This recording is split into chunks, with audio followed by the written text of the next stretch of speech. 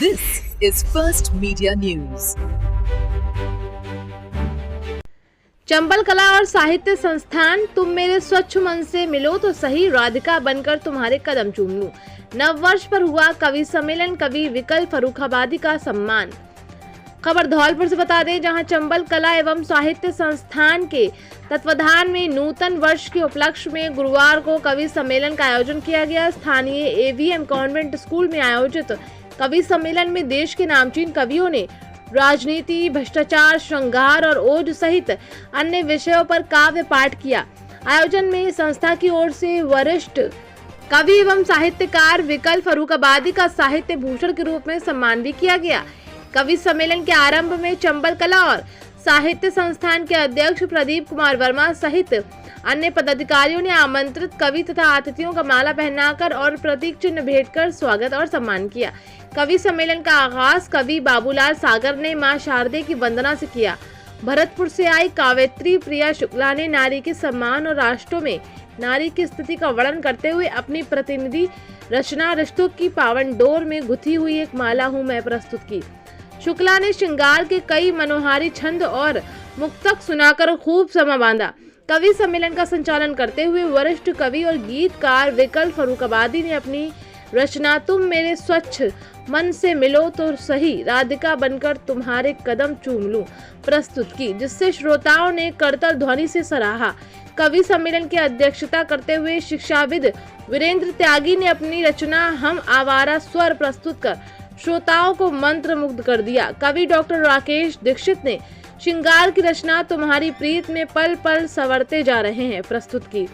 कवि राम पटसारिया ने माँ की महिमा पर रचना दिल मेरा रोना चाहता है जब कोई माँ की बात करता है प्रस्तुत की।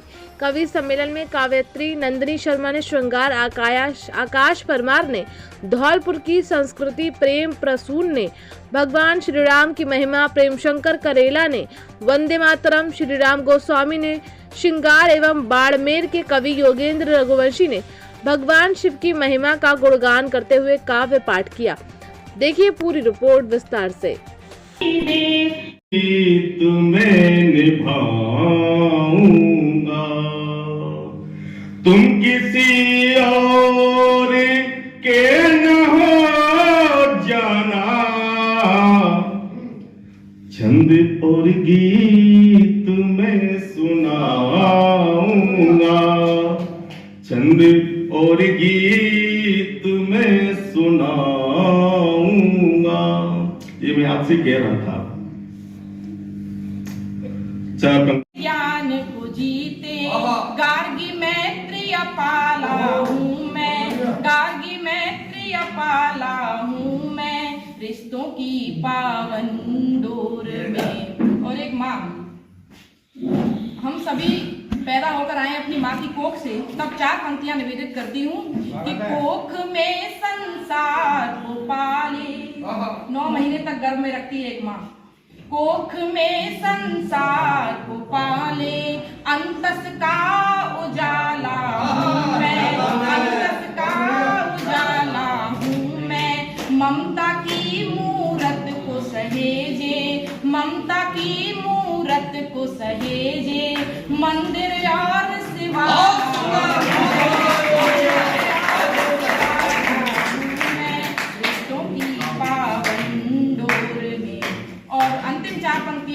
प्रस्तुत करती हूँ कि रण क्षेत्र में, क्योंकि बहुत लंबी कविता है गुरुदेव,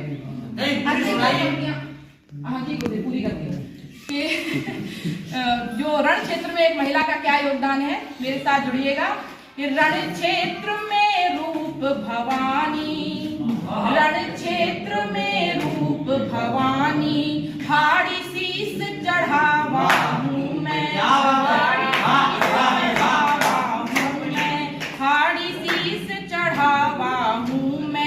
जौहर की लपटों में तपता, जौहर की लपटों में तपता, महाराणा का भाला हूँ मैं, रिश्तों की पावन डोर में गुथी हुई एक माला हूँ मैं।